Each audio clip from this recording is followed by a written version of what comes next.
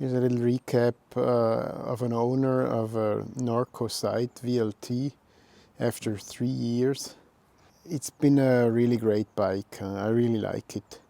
The handling of it is totally fine. It's quite bulky and heavy, but I'm not annoyed by that.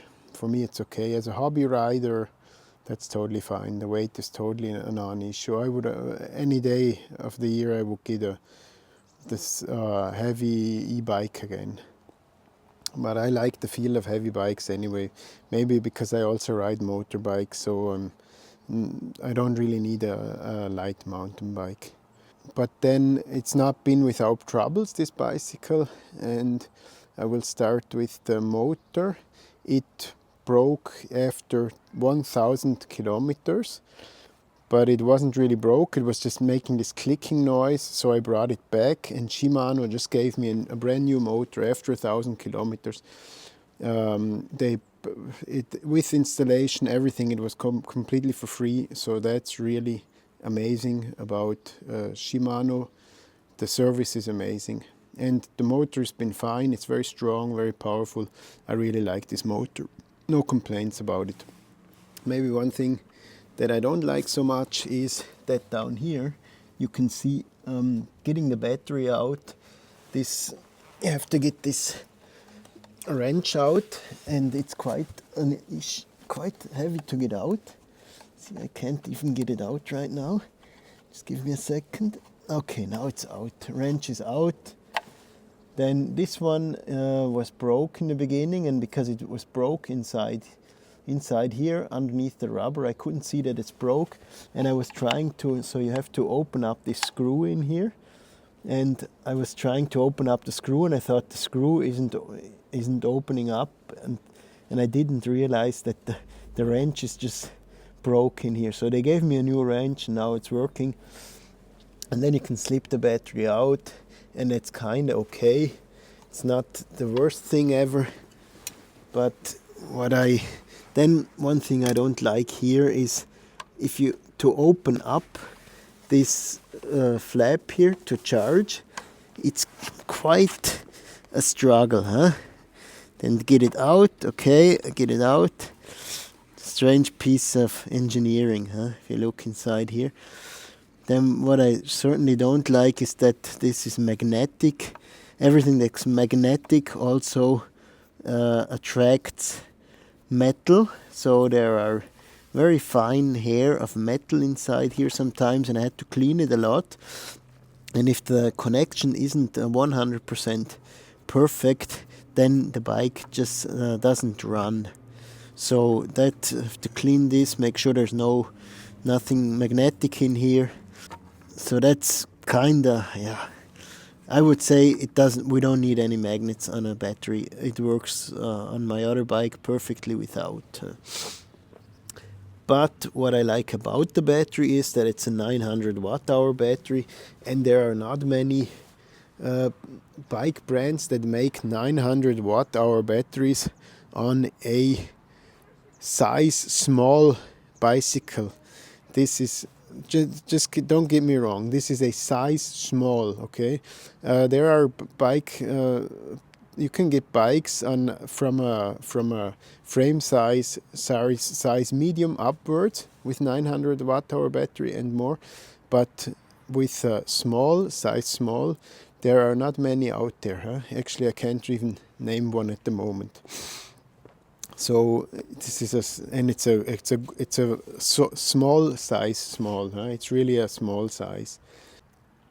Then the next problem that we had, I was trying to switch it on, and this wouldn't switch on anymore. Funnily enough, they told me that this switch has its own battery, and it wouldn't recharge anymore. So I brought it to the dealer. He fixed it, and then after that it was working. But then after not riding it for a couple of months in the winter last year, I tried to switch it on, wouldn't switch on. Okay, then I brought it back again, and he fixed it. And I think he told me to take the battery out next time and switch it on the battery. And what can be good on this is to and any battery really is to charge it for 24 hours straight, and then take the battery out, press all the switches you can, try, and there are some options to reset it. But it was a little bit annoying because it's springtime, you want to go out on a bike ride, and what happens, the bike isn't running. That's quite kind of annoying. And also for the charging, if there is fine metal dust in here, then it doesn't charge, so you have to make sure that it's 100%, charging really 100%. Didn't like that so much. Then there's a strange construction down here. Is this piece of rubber. It only glues, it only sticks onto the frame. Here, this one has held up, but down here there's another piece of rubber. And this one I've lost a couple of times, and I had to glue it on again. I've tried a lot of stuff, and with contact glue, it's been lasting for a couple of months, and then it just gets loose again, and I've had to glue it on a couple of times and make sure that I don't lose it. And this thing goes in here again. Hard to get in, huh? Quite a struggle. Okay, I just leave it out. I'll put it in later with 2 hands. What I like about my other bike that we now have is that it's a mullet, and this is a 29er, full 29, and I think kind of frame size small. I would go for mullet again all the time. I think if you're tall and you have a big bike, it's a different story. I'm small, I have a small bike, I would go for a mullet. Rear wheel 27.5, front 29. That is definitely better on a size small. Okay, then let's get to these cables here. Look at this cable. This is so thin, huh? And this cable is very important. This runs around here and plugs in here. And one day I was trying to, the bike wouldn't run anymore, and I was in the middle of the forest, and so I called my dealer, and he said, check all the cables, make sure they're in. So this one plugged out some way or the other, was loose because maybe a branch or something, and then I checked all these plugs, and thankfully it worked again. And now, so because this there is no limitation to the steering, it can just turn 360 degrees all the way around.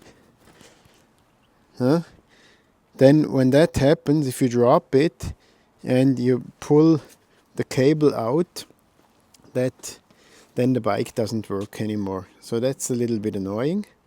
And so now, because I know that it does that, I always check all the plugs, and but it's been quite shaky. The bike has not always run when I want it to run, just due to these cables. Also, this switch here, this is a little flimsy.